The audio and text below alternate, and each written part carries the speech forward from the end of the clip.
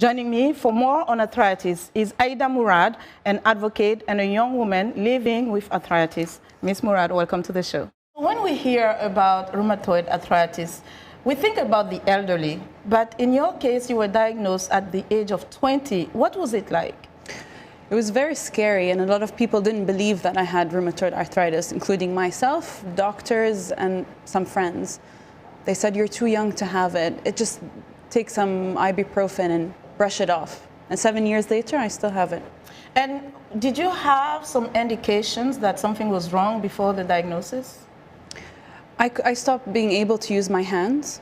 So I said something's wrong, and then slowly it hit my feet, and then slowly my elbows, my chest. You have the pain, right, when you have flare-ups, as they call it. What is it like? Can you describe for us what it's like a typical flare-up? So first I have bone erosion in my left hand, so it's been 2 years since I closed it, and that's very difficult. I have flare-ups in my chest, which feels like having a heart attack. I went to the ER telling them I have a heart attack, then they said, "Oh, you just have inflammation there." In my elbows, you can no longer do ordinary things such as dress up. If it's on your feet, you can't walk easily. And if it's on your back, you have to stay in bed. But that sounds debilitating. How are you able to function? What is your treatment regimen like? I've tried Eastern, Western medicine and function medicine. So far, nothing has been sustainable. But first, I take care of my emotional health. I make sure stress hasn't caught up to me. I sleep enough. I eat very healthy. But then when I have flare-ups, I try to stay away from gluten. I take ibuprofen sometimes. And now I'm just trying some supplements to see if something works. And you said you try to stay away from stress. Is stress one of the triggers? Or I heard about the cold weather. Is that? Cold weather definitely doesn't help, so I might migrate somewhere during the winter. But stress is definitely a flare-up for all illnesses. It lowers your immunity, so I try to maintain a fulfilled and as much as I can stress-free life. Yeah, that's very, very interesting there. Because when you look at where we are in terms of treatment, research and development, in my reports earlier, I talk about some research.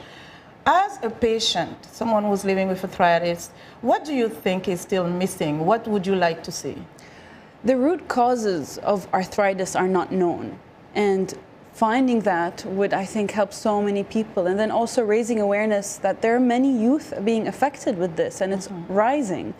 And then third is finding solutions without such serious side effects. That's why I stopped, for me personally, Western medicine, because they caused me serious side effects: headaches, nausea, dizziness, inability to focus. So finding the root causes. Yes, so Western medicine didn't work for you, but it worked for other people, so it really depends yes. from patient to patient. Exactly. And now you are an advocate. What is the message? What kind of awareness are you trying to raise? I know you mentioned about the root causes, being able to find the root causes, but what is your message in general? We have to take the full picture. You have to address the physical self, emotional, mental, and spiritual self, because they're all interrelated. So if you just address the physical, it's not going to be sustainable. And then second is just for people living with arthritis. I wish I could tell my younger self it's going to be okay. Even if you don't find the solution right now, you will. So be patient. And I'd like to work more with people to find sustainable solutions. And quickly, in a few words, what is the most difficult living with arthritis? Walking. And honestly, for me, it's being able to be vulnerable about it and tell people that I'm not doing well. Well, Aida, we wish you all the best. We wish you strength and good health. Thank you so much for joining us.